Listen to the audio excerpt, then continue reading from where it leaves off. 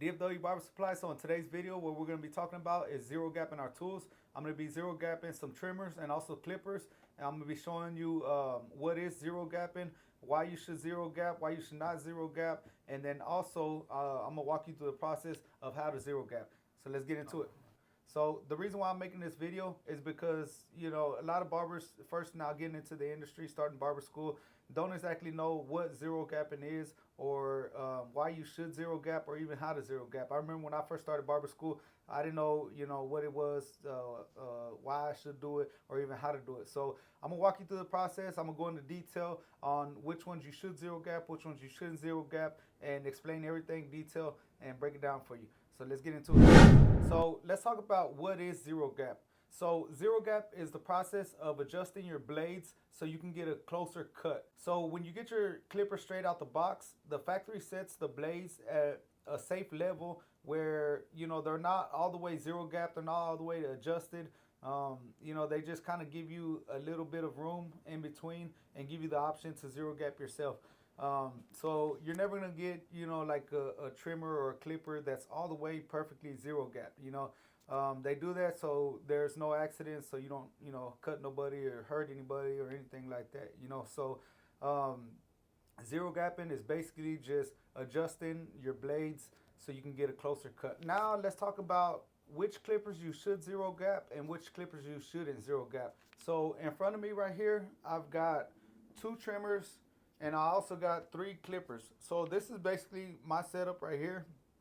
I keep three clippers for three different reasons and I also keep two trimmers for two different reasons. So the reason why I got two different trimmers is because one trimmer I keep zero gap and the other trimmer I keep, you know, just regular, safe. The zero gap one, I use it, you know, for adults, you know, who have skin that is not so sensitive. Trimmer that I keep straight out the box, I use that for kids and also sensitive skin. The other trimmer that I zero gap, I use that, you know, for my crispy lineups, for my edge ups, and also for designs. So you should at least have two trimmers, one of them zero gap and the other one just straight factory.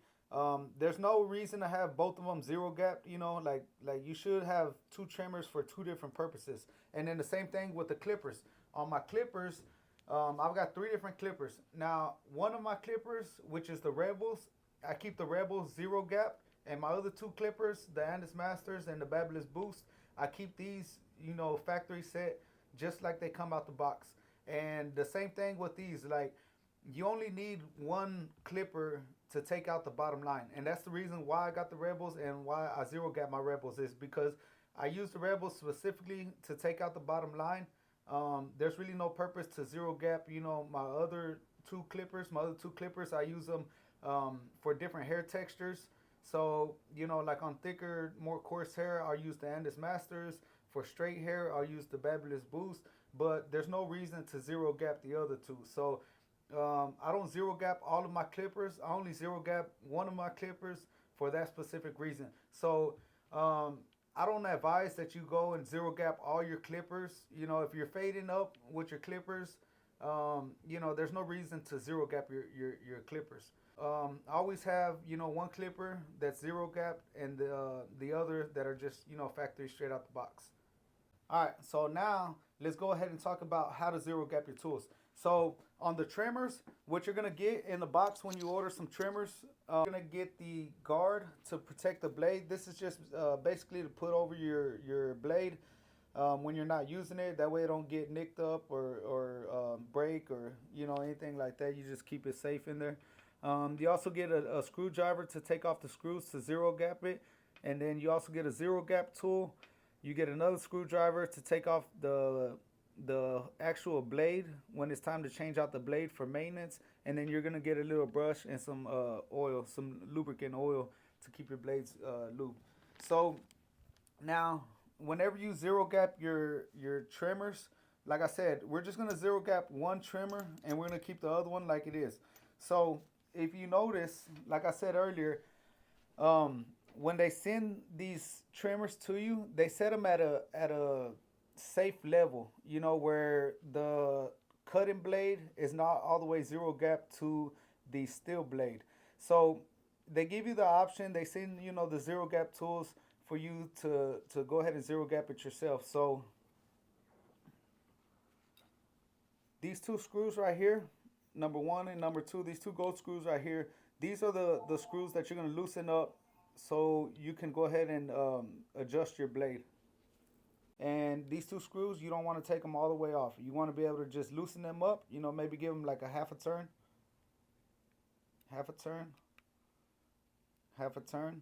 And then now, if you notice, your blade is able to move around. See how I just moved it on one side? It's able to move around. So what they do is they send you this zero gap tool. So this tool right here slides in the back. You push it all the way up.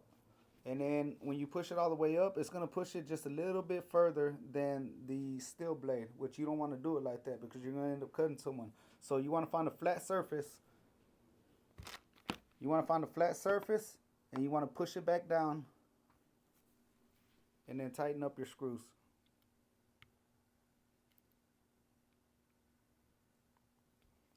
And once you tighten up your screws, you take the back piece off, and we're just going to look straight down the side of the trimmer, and we're going to see and make sure that it's straight, that it's not crooked, and that is zero gapping your trimmers.